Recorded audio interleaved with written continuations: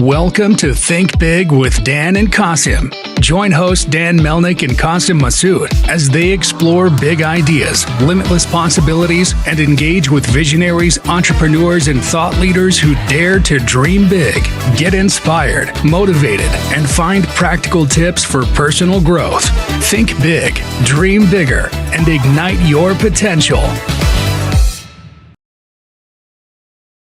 Welcome to Think Big with Dan and Qasim, and our guest today is Ed. So Ed, if you want to go ahead and introduce yourself, tell us where you live and what you do for a living. Yeah, I'm Ed Jarecki. Right now, my wife and I live in Southwest Iowa. Just became empty nesters within the last year, so that's a new life experiences as we continue to always move forward. I'm a business revenue growth strategist, business coach, and Ion Idea business partner. So I have a long history in technology. So with my experience, I really help business owners understand where they're at, get to where they want to go, both from a business and a personal life perspective. Awesome. So let's just take a few steps back. Like, how did you get into business growth and business revenue strategy? Well, probably starts in seventh grade when I started selling bubble gum and candy bars. But I've always had this propensity for trying to make things better. And there's always best practices out there. And of course, as I exited high school and moved to the next phase of my life, I focused on industrial engineering, industrial systems technology. And again, it was really about here's where we're at today. Here's where, the envision, how tomorrow's to be envisioned. And now how do we go from here to there? And through that journey, a lot of that was on processes and technology. And then as I entered the next phase of my career, the people aspect of that came into play. And I owned some P&Ls, and then I became a total quality management consultant through the mid-1990s before I started taking over P&Ls again. And that really grounded me in that there really is best practice out there. There's always a better way. And one of the frustrations was always that people would be very short-sighted. They'd expect these enormous, incredible results and outcomes, but they didn't want to understand what it really took to achieve that. And there was a lot of big bang approaches at the time. You could only usually handle a couple of large projects at a time. But as time evolved and we moved into the digital era, we just started to expand exponentially across the spectrum. Every single function across an organization needed better integration, better collaboration across departments, better persona workflows out to the customer outcomes. And so that just kind of expanded. And so through that time, I focused a lot on business transformations for academia, for corporate organizations such as Sears Corporate and Hoffman Estates and others. And my passion within that always grew to really focus on how to help businesses grow and how to help the people and the teams grow with that, because that's really the essence of success for every organization. And I got to a point where corporate America started to become confining, restrictive, too focused on just the money, wanting these incredible outcomes and really putting the effort on the backs of people to get there without the consideration of what they're asking of those people. And so that really forced me to reevaluate where I was at in my career. And so I decided to take my show on the road, so to speak, and focus every single day on helping those small and mid-sized business owners propel their businesses in a manner that helps them compete successfully in their markets, including with the big guys. For sure. So obviously you've been doing this for some time, been like in the business world for some time. So things have changed over the years. Now we have more technology, artificial intelligence. So I'm just curious, right? From your perspective, how have things changed in the business world compared to when you first started, for the better or for worse? I would say most of it's for the better for a number of different reasons. There are a lot of generational statistics out there, and the older generations are incredibly restrictive. The baby boomers and the silents in particular. Gen Xers didn't have a lot of choice. It's a much smaller population group and therefore had to fall under the same rule set as the baby boomers. And as we well know, there's a lot of baby boomers still in power out there. Some of them have evolved. Many of them maintain their original beliefs because that's what took them to success. But today, as the millennials and the Gen Zs have started to permeate the workforce with their thoughts and ideas, I think the innovation, the passion, the exponential growth across so many different areas simultaneously growing and enabling innovations is incredible. And what that means today is a little bit more challenging for us as business owners because we've got to keep up with all of these different changes and pace ourselves. So we've got to know what's going on, which ones apply to us, how are they progressing, and in the roles that we play, we've got to stay a half a step or more ahead of our customers to understand what will help them best within their. So what are their problems? What are the solutions that are available to them? And how do we help them achieve that continued growth and success for their businesses and themselves? 100%. So you mentioned earlier that you help small to medium-sized businesses. So I'm curious, like, can you mention maybe some specific examples of how you've helped a business and what their challenges were before and what things look like now and how you're able to really help them transform within your practice? Well, it's everything from brand new startups. So I'm actually the executive advisor for a company called World Source X. I was the third person on that team and was one of their board members, their global CIO, and I drove a lot of the operational strategy. And so for them, it was this great idea of taking a lot of these small, what they call mom and pop distribution centers across the United States and Canada and bringing them together into one seamless distribution flow for better products at a better value or a lower cost, depending on the product line, et cetera. And so what I help them do is ground where are they at, as well as a growth strategy that included acquiring 50 different companies over the course of a 5-year period of time.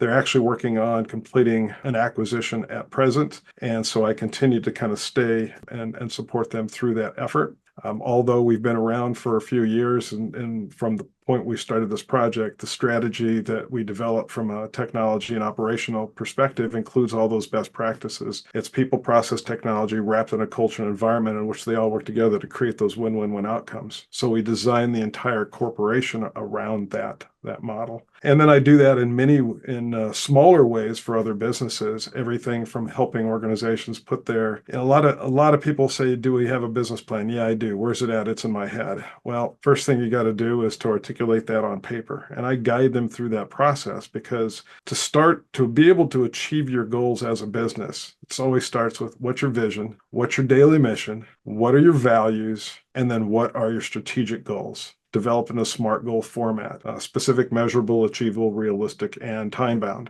And the idea behind that is this now becomes a measuring stick for your performance, and you can balance the work you need to do against your vision, your mission, and within the boundaries of your values every single day. And so long as, a good leader will constantly reinforce that, they'll revisit those from time to time, but they've got an adaptive system within their organization that allows them to flex and adapt as changes occur, as you peel back the onion and you find things you didn't expect, et cetera. But there's always a measuring stick against how are we performing against our customer needs today, and where are things going, and how are we performing against achieving our vision over whatever time frame we've put that within. 100%. So obviously nowadays things have become and moved in a very global direction, especially since after COVID, people are working remotely from all over the world. So how do you manage and work with teams that are in this kind of remote fashion where you have people sitting all around the world and kind of bridge that gap of maximizing efficiency in operations?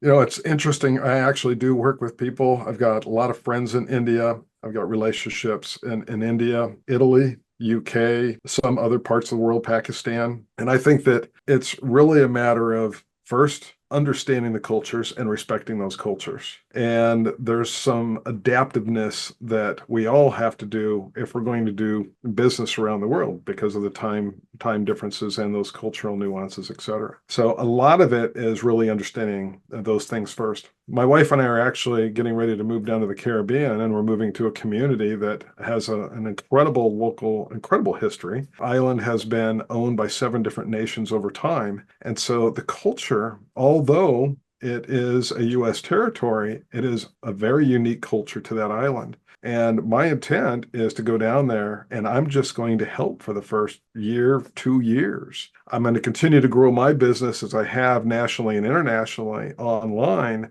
to help businesses all over the world and the country. But for that community, before I actually get engaged and trying to start doing business down there, I want to understand the people, the culture, and everything first. And so that's kind of my approach to it is listen, learn, understand, ask questions, always be available, always trying to help where you can, build those relationships. And over time, that will result in great things for everybody involved. For sure. So obviously every business has lots of challenges. So what would you say is your biggest challenge today in your business? Well, I think the largest challenge is what needs to change for each of the businesses which I'm working with. And is that business owner ready to embark on those changes, which include behavioral changes, performance changes, starting with themselves. For And sure. the second part of that is, as I indicated earlier, it's really, do they have a plan? Do they have a defined vision? Do they have their target customer defined? Have they identified how they want to work with their vendors? I'm a huge fan of strategic partnerships, really creating win-win relationships with people that are entities, businesses, people that are actually supporting you in the successful delivery your business to your customers. And so to me, it's that ecosystem and how all of that works together to accomplish whatever the outcomes are. And there can be differences, but there's got to be enough of an overlap and between all those parties in order for that to work. And that starts with that business owner's readiness to accept the changes necessary to go from where they're at to wherever they want to be. Hey y'all, it's Dan Melnick, the CEO of Zing, and I wanted to share a special offer for all of our listeners. Right now, if you need software development services, we'll give you 2 weeks of a free trial. Do you need to update your website? Do you want to build a mobile app? Do you want to update something that you've been working on for a long time? We've worked in a high-level technologies like AI, machine learning, blockchain. So shoot me a text, 817-874-2208. Thank you.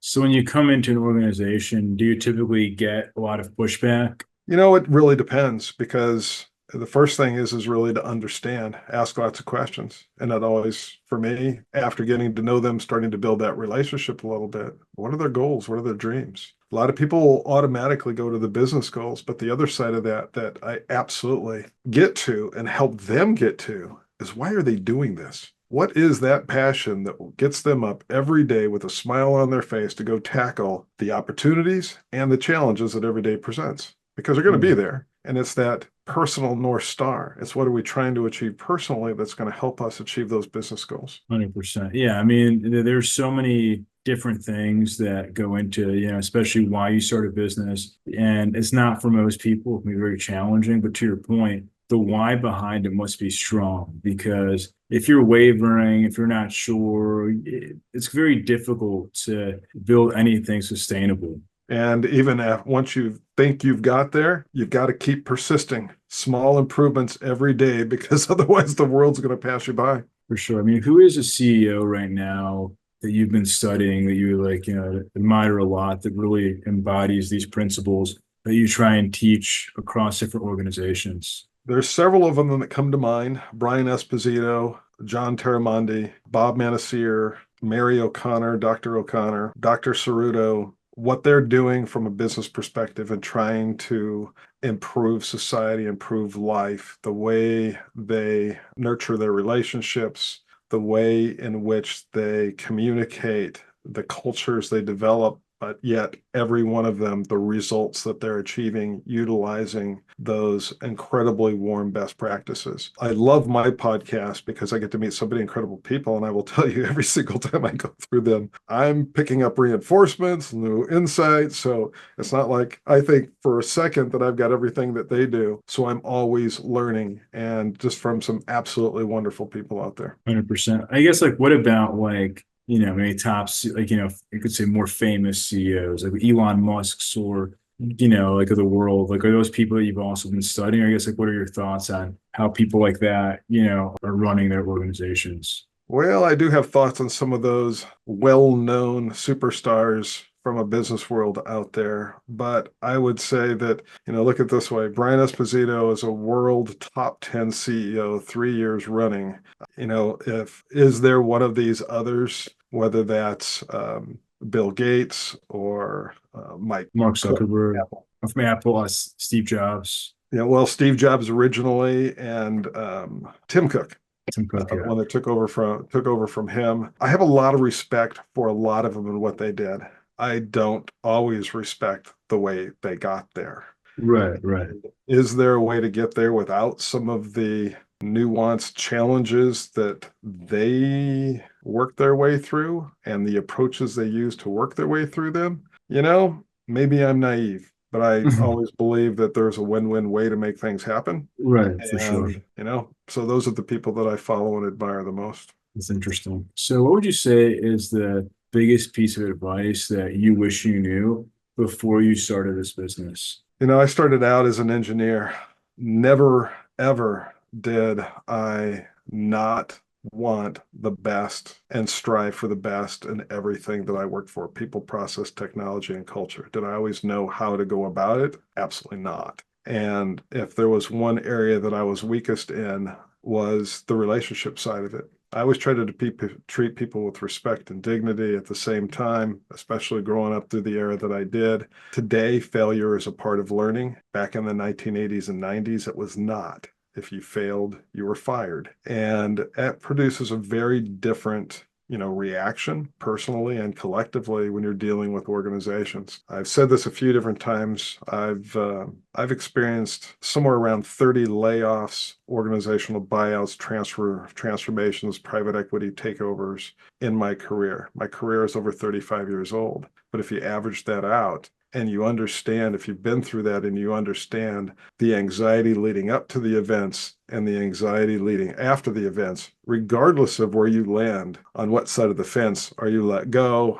What's that process look like? Are you retained? What's that look and feel like? There's a lot of turmoil in that. And so even when I was starting this business, my wife and I sat down and we talked a little bit about it. And I was like, if I don't make a change, I'm going right back into environments where these things are going to just keep happening. And, is that part of life? Well, yeah, that's part of life for some. I also know a lot of people that haven't gone through near as much of that type of career turmoil as I've been through. So what's a better approach? And as I talk to more and more business owners out there, hundreds, thousands at this particular point in time, we all have somewhat of a similar sentiment in the fact that we love the freedom. We know it's a lot of work, it's a ton of effort, and the journey to success needs to include the journey of success. In other words, you have to live and breathe it every day as part of getting to that ultimate journey. But that ultimate journey is always going to be, for most of us,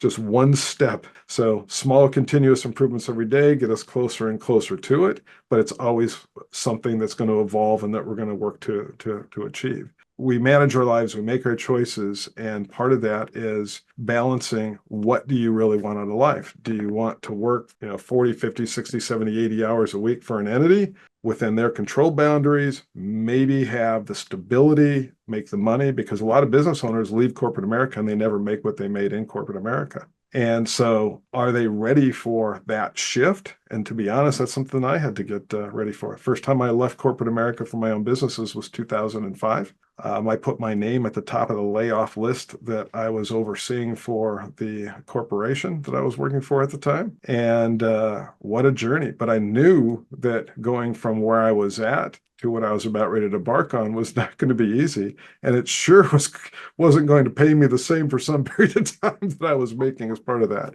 And that's a tough jump for a lot of people, if not most people. 100%. So if we're going to have this conversation again in 1 year from now, where do you see things going for your business? I'm starting to figure out some of the formula. So as an engineer, it's really how do I connect with the right people the right way? And go back to what I said a little bit ago, it's all about the relationships. And what I've learned over the course of this past year and a half, more than ever any other part of my career, is relationships take time. And what's reinforced is relationships aren't built just because you're talking to somebody. It's usually built because you're interacting, and that in some form or fashion, you're able to share, empathize, help, and support each other through both good times and bad times. And over time, that's what creates the real friendships and relationships. In the meantime, be the best you can at helping and supporting others in achieving their dream. And ultimately, that'll come back around and pay you back in spades. Amazing. Amazing. So